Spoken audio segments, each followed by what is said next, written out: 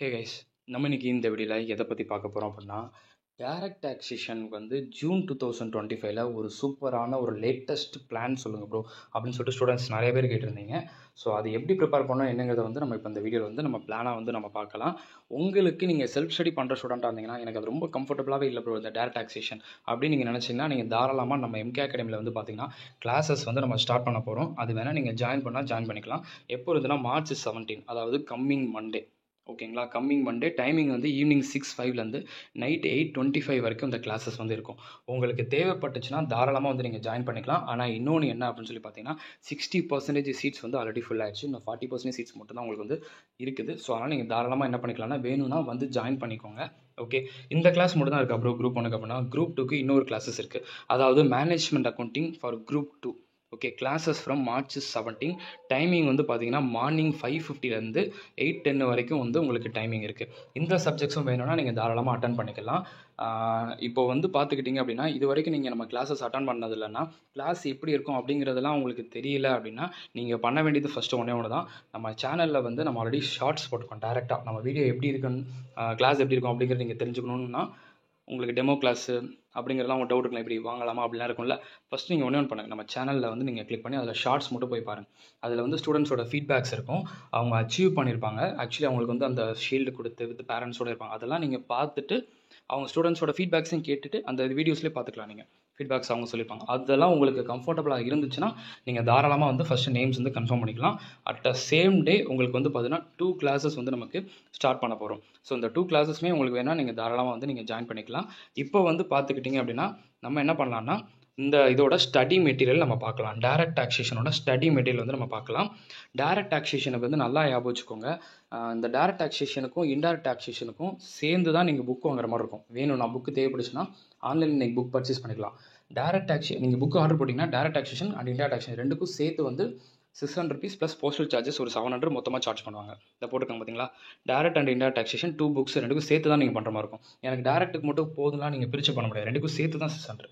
நீங்கள் இதுக்கு மட்டும் போதும் அதுக்கு மட்டும்லாம் நீங்கள் பிரிக்க முடியாது. மொத்தமாக சேர்த்து தான் உங்களுக்கு வர மாதிரி இருக்கும். புக்ஸ் யாரெல்லாம் வாங்கணும் ப்ரோ அப்படின்னு நீங்கள் கேட்டிங்கன்னா, நான் ஆல்ரெடி வீடியோ போட்டிருக்கேன், இருந்தாலும் நான் சொல்லிடுறேன். அதாவது இந்த எடிஷன் இருக்குது பார்த்தீங்களா, இந்த ஃபஸ்ட் எடிஷன் ஆகஸ்ட் 2022ன்னு சொல்லிட்டு உங்கள் இதில் ஃபஸ்ட் எடிஷன் 2022. இப்போ நீங்கள் வச்சுருக்க புக் எப்படி இருக்கும்னா, இப்போ இதில் வந்து நான் நியூ மெட்டீரியல் நான் வச்சுருக்கேன். அதனால் எனக்கு என்ன காமிக்குது, ரிவைஸ்ட் எடிஷன் ஜனவரி 2025. அப்போ ரீசெண்ட் எடிஷனை எனக்கு காமிக்குது. ஓகேங்களா, நீங்கள் உங்கள் புக்கை ஃபஸ்ட்டு செக் பண்ணி பாருங்கள். லாஸ்ட்டாக உங்களுக்கு ஒரு எடிஷன் காட்டும். என்ன எடிஷன் காட்டுதுன்னு பாருங்கள். லாஸ்ட்டாக பாருங்கள். இப்போ எனக்கு லாஸ்ட் என்ன காமிக்குது, ஜனவரி 2025 காட்டுது இல்லையா. உங்கள் இதில் என்ன காமிக்குதுன்னு பாருங்கள். 2024 காமிக்குதா, 23 காமிக்குதா பாருங்கள். 2023, 24 இருந்துச்சுன்னா பெரிய இஷ்யூ கிடையாது. ஓகேங்களா. ஆனால் ப்ரோ இல்லை ப்ரோ, நான் எனக்கு எடிஷன் சொல்லிட்டு ரீசெண்டாக 2022ன்னு காமிக்குது ப்ரோ கீழே. இப்போ எனக்கு 25 காமிக்கிறதுல உங்களுக்கு 22ன்னு காமிக்கணும். அப்படி 22ன்னு காமிச்சிச்சுன்னா நீங்கள் புக்கு வாங்குறது பெட்டர். ஓகேங்களா. இல்லைனா 23 ஸ்டார்டிங்கில் வாங்கியிருக்கீங்க, ஒரு லைக் ஜனவரி 2023 இருக்குது, இல்லை மார்ச் 2023 இருக்குது அப்படின்னா நீங்களும் புக் வாங்குறது கொஞ்சம் பெட்டராக இருக்கும். ஓகேங்களா, தட்ஸ் ஆல். அதாவது அடிஷ்னலாக ஆன்லைனில் புக் பர்ச்சேஸ் பண்ணுற மாதிரி வந்து இருக்கும். நீங்கள் தனியாக ஒரு ₹7 கொடுத்து மட்டும் புக்ஸ் பர்ச்சேஸ் பண்ணுற மாதிரி இருக்கும். இப்போ 2024ல் நான் என் எடிஷன் வந்து மார்ச் 2024. நான் புக்கு வாங்கணுமானா நீங்கள் புக்கு வாங்க வேண்டாம். ஓகேங்களா. நீங்கள் என்ன பண்ணிருங்கன்னா, இந்த பிடிஎஃப் இருக்குது பார்த்தீங்களா, இது அமெண்டட் பிடிஎஃப். இந்த பிடிஎஃப் மட்டும் நீங்கள் வச்சுக்கோங்க. இது நம்ம சைட்லேயே அவைலபிள் இருக்குது. இந்த பிடிஎஃப் மட்டும் பக்கத்தில் வச்சுட்டு நீங்கள் புக்கையும் சர்வீஸை வச்சுக்கோங்க. ஒரு சில பர்சன்டேஜ் ஒரு சில பாயிண்ட் மட்டும் உங்களுக்கு அடிஷ்னலாக மாறுற மாதிரி இருக்கும். அவ்வளோ சின்ன சின்ன சேஞ்சஸ் வந்து இருக்கும், வேறு ஒன்றும் கிடையாது. சின்ன சேஞ்சஸ். அந்த சின்ன சேஞ்சஸ் வந்து இருக்காங்கிறத மட்டும் நீங்கள் உங்கள் புக்கில் மட்டும் கொஞ்சம் செக் பண்ணி நீங்கள் பார்க்குற மாதிரி இருக்கும். அவ்வளோதான். இதுக்காக நீங்கள் புக் வாங்க தேவையில்லை இல்லையா. அந்த சின்ன சேஞ்சஸ் மட்டும் நீங்கள் பிரிண்ட் அவுட் போட்டுக்கலாம் ஃபுல்லாக இது புக்ஸ் வாங்கிட்டு. ஓகே, அந்த சேஞ்சஸ் என்னங்கிறது நீங்கள் தான் பார்க்கணும். ஓகேங்களா. இப்போ மெயினாக வந்து சப்ளிமெண்ட்ரி கொடுத்துருக்காங்கல்ல, அமெண்டட் பிடிஎஃப் ஒன்று கொடுத்துருக்காங்க. அந்த சப்ளிமெண்ட்டில் இருக்கிறது இருக்கும். இருந்தாலும் நீங்கள் வந்து உங்கள் புக்கில் இல்லாதது ஏதாவது கொஞ்சம் சின்ன பாயிண்ட் தான் மிஸ் ஆகுங்கிறது நீங்கள் சைட் பை சைட் வேணால் ஓப்பன் பண்ணி அப்பப்போ பார்த்துக்கலாம். ஓகே, இப்போ நீங்கள் ரிவிஷன் அப்படின்னு சொல்லி வரும்போது பார்த்தீங்கன்னா ஃபஸ்ட்டு செக்ஷன் ஏ. ஓகே, நல்லா வச்சுக்கோங்க. டிடி ஐடிடின்னு சொல்லிட்டு இருக்குது. இப்போ இன்றைக்கி இந்த வீடியோ நம்ம டிடி மட்டும் தான் பார்க்க போகிறோம். ஓகே, இப்போ ஐடிடி ஃபஸ்ட் இம்பார்ட்டன்ஸ் கொடுக்குமா, டிடி இம்பார்ட்டன்ஸ் கொடுக்குமா, நீங்கள் ரெண்டுக்குமே ஈக்குவல் இம்பார்ட்டன்ஸ் கொடுக்கணும். என்னோட பர்சனல் ஒப்பீனியன் என்னன்னா, ஃபஸ்ட்டு வந்து ஐடிடிக்கு கொடுத்துருங்க. நீங்கள் ஐடிடி புக்கை டச்சே பண்ணாமல் வெறும் டிடி மட்டும்லாம் பார்த்துட்டு போகாதீங்க. அந்த தப்பை பண்ணவே பண்ணாதீங்க. ஐடிடியை நல்லா இம்பார்ட்டன்ஸ் கொடுத்துட்டு டிடியை வந்து பார்த்துக்கிட்டிங்கன்னா நல்லா ஸ்மார்ட்டாக ப்ரிப்பேர் பண்ணோன்னா இது வந்து எக்ஸாம்ஷன் எடுக்க முடியும் நம்ம இந்த சப்ஜெக்ட்டில். ஓகேங்களா. சரி, அப்போது எங்கேருந்து ஆரம்பித்தா பெட்டர் அப்படின்னு சொல்லி பார்க்கலாமா. ஓப்பனாக சொல்கிறேன்ப்பா, நம்ம எக்ஸாமில் வந்து நமக்கு உங்கள் எல்லாருக்கும் பேப்பர் பேட்டர்ன் பார்த்துருப்பீங்க. ஓகேங்களா. 7 கொடுத்து 5 ரைட் பண்ண சொல்கிறாங்க இல்லையா. அந்த 5ல் நீங்கள் 3 வந்து ஜிஎஸ்டி ரைட் பண்ணிட்டீங்கன்னா டேக்ஸில் வெறும் 2 ரைட் பண்ணால் போதும். கரெக்டு தானே. பேப்பர் 7ல் direct tax and indirect tax ரெண்டும் சேர்ந்து தான் உங்களுக்கு ஒரே கொஷின் பேப்பராக வரப்போகுது. அந்த ஒரு கொஷின் பேப்பரில் 7 பார்ட்டாக கொடுத்துருக்காங்க. அந்த 7 பார்ட்டில் 5 சூஸ் பண்ணணும் இல்லையா. அப்போ அந்த 7 பார்ட்டில் 3 பார்ட் உங்களுக்கு ஜிஎஸ்டி சூஸ் பண்ணிங்கன்னா மிச்சம் 2 பார்ட்டு டேக்ஸ் முடிஞ்சு ஸ்மார்ட்டாக ப்ரிப்பேர் பண்ணிட்டு போயிட்டே இருக்கலாம். நீங்கள் டேக்ஸில் 4 பார்ட்டை சூஸ் பண்ண நினச்சிங்கன்னா உங்களுக்கு டேக்ஸ் சம்டைம்ஸ் காலம் வரி விட்டுரும். கஷ்டமாக ஏதாவது ஒரு இடத்துல வரும்போது நீங்கள் கன்ஃபியூஷன் ஆகிடுவீங்க. அது கரெக்டாக உங்களுக்கு கிளாரிட்டியே இல்லாமல் போயிடும். அதனால தான் நான் சொல்கிறேன், வேறு ஒன்றும் கிடையாது. ஓகேங்களா. இப்போ இது நீங்கள் ப்ரிப்பரேஷன் பண்ணுறீங்கன்னா எப்படி பண்ணால் கரெக்டாக இருக்கும்னா, ஃபஸ்ட்டு எடுத்த உடனே மாடல் நம்பர் 1 எடுத்துக்கோங்க. ஓகே, மாடல் நம்பர் 1ல் basic concept, basis of charge, capital and revenue receipts கம்ப்ளீட்டாக ஈச் அண்ட் எவ்ரி இதை நல்லா தெரிஞ்சுக்கோங்க. செக்ஷனெல்லாம் நான் சொல்லலை, ஜஸ்ட் இருக்கக்கூடிய கான்செப்ட் தெரிஞ்சுக்கோங்க. அது முடிச்சதுக்கப்புறம் ரெசிடென்ஷியல் ஸ்டேட்டஸ், ஓகேங்களா, அதோட ரூல்ஸு அதோட சம்ஸ் கம்பல்சரி பார்த்தே ஆகணும், ஒவ்வொரு கான்செப்ட் கூட விடாமல்.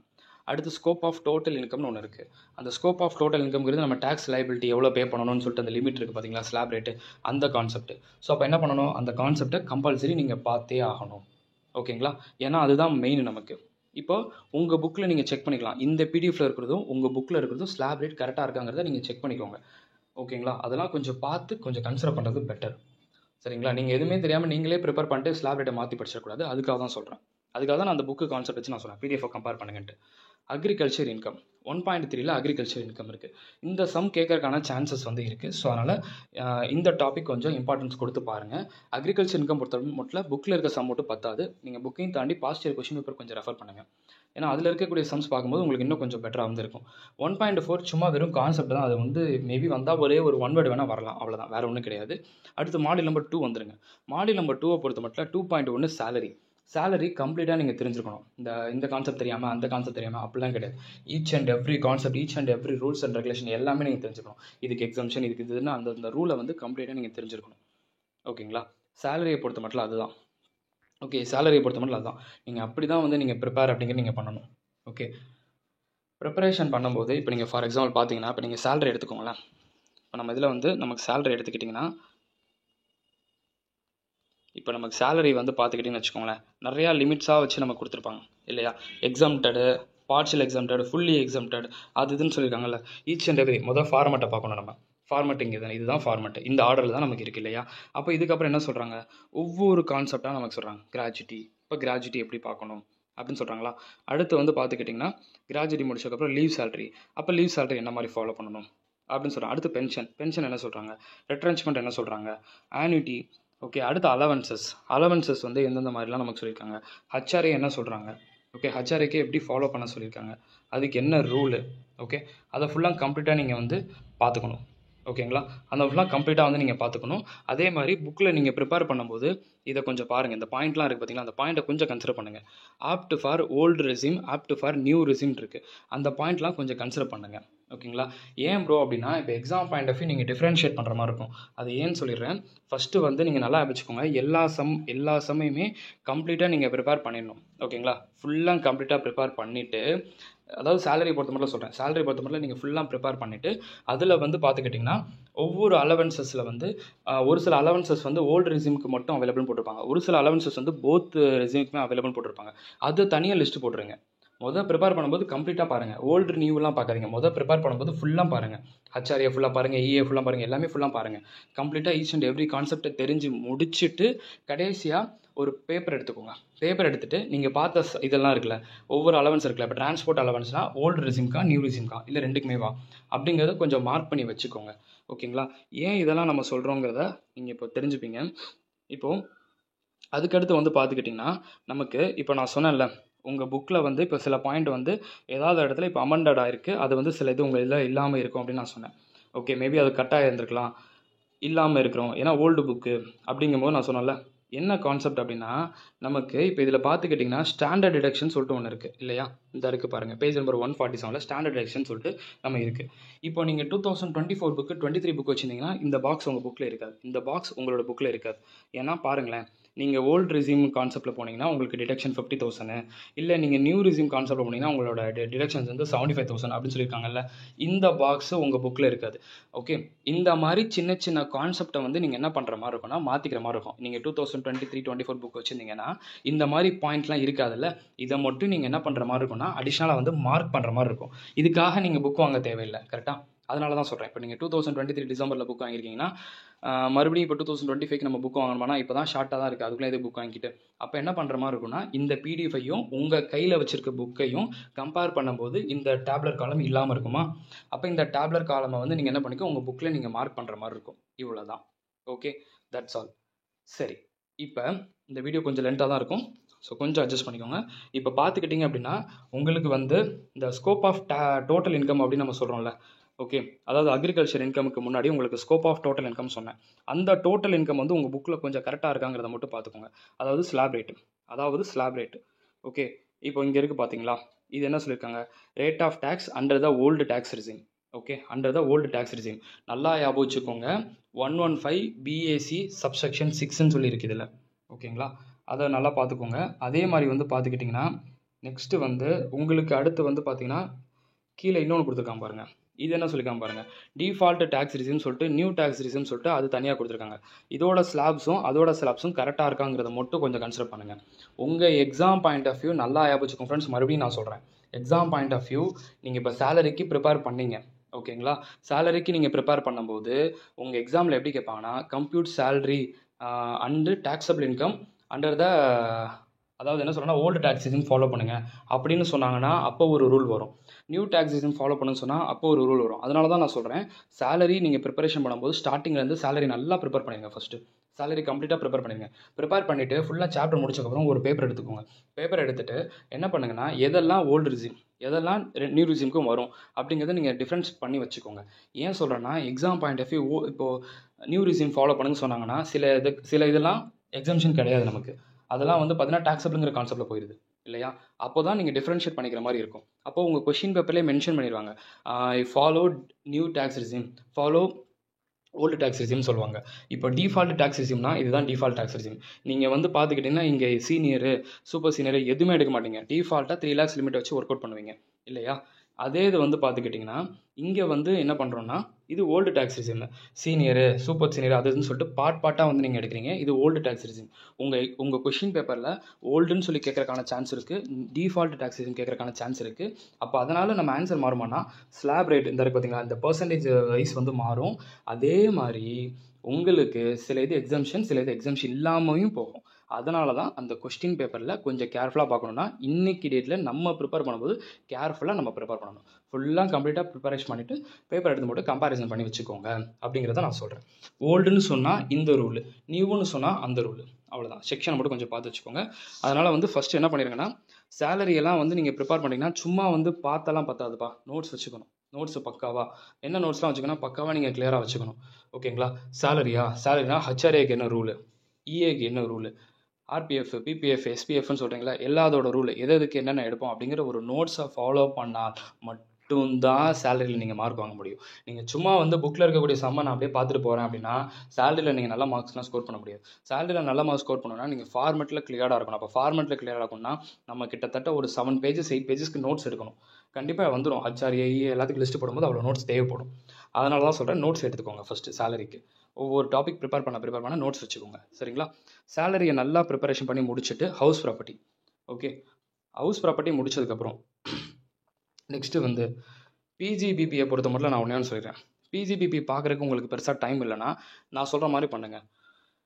பிஜிபிபியில் ஃபஸ்ட்டு ஸ்டார்டிங்கில் வந்து பார்த்துக்கிட்டிங்கன்னா உங்களுக்கு டெப்ரிஷியேஷன் இருக்குல்ல, அன்அப்சார்ப்டு டெப்ரிஷியேஷன், அந்த ரிட்டர்ன் டவுன் வேல்யூ, அந்த டெப்ரிஷியேஷன் கான்செப்ட் தெரிஞ்சுக்கும். பிஜிபிபியில் ஸ்டார்டிங்கில் வந்து பார்த்தீங்கன்னா உங்களுக்கு டெப்ரிஷியேஷன் கான்செப்ட் இருக்குல்ல, டெப்ரிஷியேஷன் அதை ஃபுல்லாக நீங்கள் நார்மலாக தெரிஞ்சுக்கோங்க. தெரிஞ்சுட்டு அடுத்து பிஜிபிபியில் லாஸ்ட்டாக இந்த 44 AE 44 AD 44 ADA, அதாவது புக்கு ஃபுல்லாக ப்ரிப்பேர் பண்ணுறாங்க, என்னோடய வீடியோ ஃபாலோ பண்ண அவசியமே இல்லை ஸ்மார்ட்டாக ப்ரிப்பேர் பண்ண ப்ரோ, லைட்டாக மட்டும் நான் பார்த்துட்டு ஸ்மார்ட்டாக போகணும் அப்படின்னு நினைக்கிறவங்க இதை ஃபாலோ பண்ணலாம். 2.3ல் பிஜிபிபி நீங்கள் ஃபுல்லாக பார்க்குறதுக்கு பெரிய கஷ்டமாக இருந்துச்சு அப்படிங்கிற மாதிரி நினச்சிங்கன்னா 44 AD 44 ADA 44 AE அதெல்லாம் கொஞ்சம் நல்லா பார்த்துட்டு அந்த பிஜிபிபியில் லாஸ்ட்டாக அந்த பார்ட்னர்ஷிப் டீடுக்கு வந்து அக்கௌண்ட்ஸ் ப்ரிப்பேர் பண்ணுறது இருக்கும்ல, லைக் வந்து இந்த இன்ட்ரெஸ்ட் ஆன் பார்ட்னர்ஸ் அந்த கான்செப்ட் இருக்கா, அது லைட்டாக தெரிஞ்சுக்கோங்க. தென் டெப்ரிஷியேஷன் பிஜிபியில் ஸ்டார்டிங்கில் இருக்கும், அதை தெரிஞ்சுக்கோங்க. அவ்வளோதான் போதும். 2.4 கேபிட்டல் கெயின் கம்பல்சரி புக்கில் இருக்க சம்ஸ் பார்த்தே ஆகணும். ஓகேங்களா? அதே மாதிரி 2.5ல் வந்து பார்த்தீங்கன்னா இன்கம் ஃப்ரம் அதர் சோர்சஸ். இது புக்கில் இருக்க சம்ஸை நீங்கள் பார்க்கணுன்னு கூட அவசியம் இல்லை. கூகுளில் வந்து income from other sources clear டேக்ஸ்னு போடுங்க, லிஸ்ட்டு நிறையா வரும். அதை கொஞ்சம் தெரிஞ்சுட்டு போகிறது பெட்டர். ஓகே, சரி. அடுத்து வந்து இதை முடிச்சதுக்கப்புறம் டேரெக்டாக மாடியூல் நம்பர் 3ல் நீங்கள் செட் ஆஃப் கேரி ஃபார்வர்ட் போயிடணும். 2.5 முடிச்ச உடனே டேரெக்டாக என்ன பாருங்கன்னா set off carry forward losses இருக்குல்ல 3.2 அதை பார்த்துருங்க. அது முடிச்சதுக்கப்புறம் 3.3யோட டிடக்ஷன்ஸ் ரிபேட் அது முடிச்சிருங்க. ஓகே, அதுக்கப்புறம் 3.4 டாக்ஸேஷன் ஆஃப் இண்டிவிஜுவல். ஓகே, அதுக்கப்புறம் 3.5 theoretical, 3.6 theoretical sum, 3.7 theoretical, 3.8 theoretical, 3.9 theoretical. இந்த தியரிட்டிக்கல் எல்லாம் முடிச்சதுக்கப்புறம் கடைசியாக தான் நீங்கள் 3.1 போகணும். ஓகேங்களா, இதுதான் வந்து உங்களோட ப்ரிப்பரேஷனுக்கான ஒரு ஆர்டர். நீங்கள் ஸ்டடி பிளானோட ஆர்டர் வந்து ஆர்டர்னு கேட்டிங்கன்னா இதுதான் ஆர்டர். நான் ஒன்றே ஒன்று தான் சொல்லுவேன் எல்லா ஸ்டூடெண்ட்ஸுக்குமே, பேப்பர் 7 டிடி அண்ட் ஐடிடி ரெண்டுமே சேர்ந்து இருக்குது. அப்போ நம்ம என்ன பண்ணோம்னா ஐடிடியிலேருந்து 3 சம்ஸ் கேட்பாங்க, அதாவது ஏபின்னு சொல்லிட்டு 3 கேட்பாங்க. அப்போது 3 அப்படின்னு சொல்லி வரும்போது அதில் வந்து பார்த்தீங்கன்னா கிட்டத்தட்ட 42 மார்க்ஸ் எக்ஸாமில் கேட்குறாங்க. 42 அவுட் ஆஃப் 42 வாங்கிட்டாலே இங்கே டேக்ஸில் வந்து நீங்கள் ஜஸ்ட் லைக் சும்மா ஒரே ஒரு எக்ஸாம்பிளுக்கு நான் சொல்கிறேன். ஓகேங்களா, எப்படி பார்த்தாலும் டேக்ஸில் வந்து சேலரி ஹெச்பி கண்டிப்பாக கேட்டு தான் ஆகணும். அப்போ அதுவே 14 மார்க் ஆச்சு. இன்னொரு 14 மார்க்குக்கு ஒரு agriculture income, residential, tax liability, அப்புறம் செட் ஆஃப் கேர்ஃபர்ட், டிடக்ஷன்ஸ் அங்கங்கே நம்ம பார்த்தா கூட அது ஒரு 14 மார்க் வாங்கிடலாம். இது ஒரு பெரிய கஷ்டமாக நமக்கு இல்லை கரெக்டாக 5 அவுட் ஆஃப் 5 ஸ்கோர் பண்ணிடலாம், செம்மையாக ஸ்கோர் பண்ண முடியும். அதனால தான் சொல்கிறேன், நீங்கள் டைரக்ட் டாக்ஸேஷன் அப்படின்னு சொல்லி சொல்லும்போது இம்பார்ட்டன்ஸ் கொடுங்க, நான் வேணான்னு சொல்லலை. பட் ஜிஎஸ்டிக்கு உங்களோட ஃபுல் எஃபர்ட்டை போட்டுட்டு டைரக்ட் டாக்ஸேஷனுக்கு வந்து ஸ்மார்ட்டாக ப்ரிப்பேர் பண்ணுங்கள். ஸ்மார்ட்டானா எப்படி சொல்லணும்னா கேபிட்டல் அண்ட் ரெவன்யூ ரிசிப்ட்ஸ் பார்த்துருங்க, ரெசிடென்ஷியல் ஸ்டேட்டஸ் பார்த்துருங்க, அக்ரிகல்ச்சர் இன்கம் பாருங்கள், சேலரி பாருங்கள், ஹெச்பி பாருங்கள், கேபிட்டல் கெயின் பாருங்கள், செட் ஆஃப் பாருங்கள், டிடக்ஷன்ஸ் பாருங்கள். இது எல்லாமே பார்த்தீங்கன்னா கம்பல்சரி இதிலேருந்து கொஷின்ஸ் இல்லாமல் இருக்கவே இருக்காது இப்போ நான் சொன்ன டாபிக்ஸ்லேருந்து. ஸோ அதனால் அதை ஃபஸ்ட்டு இம்பார்ட்டன்ஸ் கொடுத்துருங்கிறத நான் சொல்கிறேன். அப்படிங்கும்போது நமக்கு நல்ல மார்க் கவர் ஆகிடும். ஓகேங்களா, தட்ஸ் ஆல். இதுதான் ஸ்மார்ட் ப்ரிப்பரேஷன். ஓகே, எக்ஸாமிஷன் ஆகணும்னா என்னோட பர்சனல் ஒப்பீனியன் அதான், ஜிஎஸ்டியை ஃபுல் எஃபர்ட்டை போட்டுட்டு டேக்ஸில் இப்போ நான் சொன்னதை மட்டும் பார்த்தா கூட எக்ஸாமிஷன் வாங்கிடலாம். ஓகே, நான் சொன்னது ஸ்டடி ஆர்டர் எங்கேருந்து பார்க்கணும்னு சொன்னது. இப்போ நான் சொன்னது வந்து இப்போ லாஸ்ட்டாக ஒரு சில டாபிக் சொன்னல செலக்டிவ், அது எதுக்காக நான் சொன்னேன்னா அது வந்து நம்ம எக்ஸாமிஷன் வந்து இந்த மாதிரி ஸ்மார்ட்டாக பண்ணால் எக்ஸாமிஷன் எடுக்கலாம் அப்படிங்கிறதுக்காக நான் சொன்னது. இப்போ டேக்ஸில் தியரிட்டிக்கல் வரும்போது எங்கே வரக்கான சான்ஸ் இருக்குன்னா 3.9, 3.8, 3.7, 3.6 இதெல்லாம் தியரிட்டிக்கல் ஒன் வேர்டு குட்டி குட்டி சம்ஸ் அப்படின்னு வர்றதுக்கான சான்சஸ் வந்து இருக்குது. That's all. அப்போ புக்ஸ் யாரெல்லாம் வாங்கணும் அப்படிங்கிறதே நான் சொல்லிட்டேன், கொஞ்சம் பார்த்துக்கோங்க. சிஎம்ஏ ஆன்லைன் புக் பர்ச்சேஸ் மணி இன் சிமெண்ட் யூடியூப்பில் வீடியோ சர்ச் பண்ணாலே வந்து பார்த்தீங்கன்னா வீடியோ வந்துடும். நீங்கள் அதுக்கேற்ற மாதிரி புக்கில் வந்து பார்த்தீங்கன்னா பர்ச்சேஸ் பண்ணிக்கலாம். Okay, that's all. GST first preparation கொடுத்துட்டு டேக்ஸில் வந்து நீங்கள் ப்ரிப்பரேஷன் கொடுக்கலாம். ப்ரோ இல்லை ப்ரோ நான் ஜிஎஸ்டி வந்து நான் ஏப்ரல் மந்த் படிக்கலான்னு இருக்கேன்னா பரவாயில்ல. அப்போ இப்போ டேக்ஸ் படிக்கணும்னாலும் இந்த ஆர்டரில் இப்போ நான் சொன்ன மாதிரி ஸ்மார்ட்டாக நீங்கள் ப்ரிப்பேர் அப்படிங்கிறத நீங்கள் பண்ணிக்கோங்க. கம்பல்சரி இந்த ஓல்டு ரெசியூம் நியூ ரெசியூம்ங்கிறத அவங்க கொஷின் பேப்பரில் மென்ஷன் பண்ணிடுவாங்க, செக்ஷன் போட்டு மென்ஷன் பண்ணிடுவாங்க. ஸோ அப்போ உங்களுக்கு அது பெரிய ஒரு ப்ராப்ளம் கிடையாது. ஆனால் நீங்கள் ஸ்மார்ட்டாக ப்ரிப்பேர் பண்ணி ஓல்டு தனியாக நியூ தனியாக அந்த சேலரியில் பிரித்து வச்சு மட்டும்தான் உங்களுக்கு நல்ல மார்க் கிடைக்கும். அதை மட்டும் நான் சொல்லிடுறேன். ஏன்னா லிஸ்ட்டை கொடுத்துட்டு நீங்கள் நல்லா ப்ரிப்பேர் பண்ணீங்க, லிஸ்ட்டை கொடுத்துட்டு நியூ டேக்ஸ் ரெசியூம் சொல்லும்போது ஓல்டு டேக்ஸ் ரெசியூமில் இருக்கக்கூடிய எக்ஸாம்ஷன் நியூ டேக்ஸ் ரெசியூமில் அது எக்ஸாம்டாக இருந்திருக்காது. அப்போ நீங்கள் என்ன பண்ணுற மாதிரி இருக்கும், உங்களுக்கு தான் தேவையில்லாத ஒரு ப்ராப்ளம். ஓகேங்களா, அதனால தான் ப்ரிப்பேர் பண்ணும்போது கொஞ்சம் கேர்ஃபுல்லாக வந்து பண்ணுங்க அப்படின்னு நம்ம சொல்கிறது. ஓகே, புக்ஸ் வாங்குறவங்க புக்ஸ் வாங்கிக்கோங்க, அவ்வளோதான். இல்லை ப்ரோ நான் புக்கு வாங்கலை ப்ரோ அப்படின்னா நீங்கள் ஜஸ்ட்டு சப்ளிமெண்ட்னு அமெண்டட் பிடிஎஃப் இருக்குது பார்த்தீங்களா, சப்ளிமெண்ட்ரி உங்களுக்கு தெரியும். ஓகே, அந்த பிடிஎஃப் மட்டும் வந்து பார்த்துக்கிட்டிங்கன்னா நீங்கள் ஃபாலோ பண்ணிக்கலாம். நம்ம குரூப்பில் கூட நான் ஷேர் பண்ணியிருக்கேன், அதை நீங்கள் ஃபாலோ பண்ணிக்கலாம். ஓகே, இல்லை இந்த பிடிஎஃபை பற்றி நான் கம்பேர் பண்ணிவிட்டு நான் தேவையானதை மட்டும் நான் புக்கில் மார்க் பண்ணிக்கிறனாலும் பண்ணிக்கலாம், அந்த மாதிரி கூட உங்கள் விஷ் தான். Okay, wish all the very best. Direct taxation class வேணுங்கிறவங்க சீக்கிரமாக உங்களோட நேமை கன்ஃபார்ம் பண்ணிக்கோங்க. அதே மாதிரி மேனேஜ்மெண்ட் கிளாஸ் வேணுங்கிறவங்க சீக்கிரமாக நேம் கன்ஃபார்ம் பண்ணிக்கோங்க. ஓகே, பார்க்கலாம்.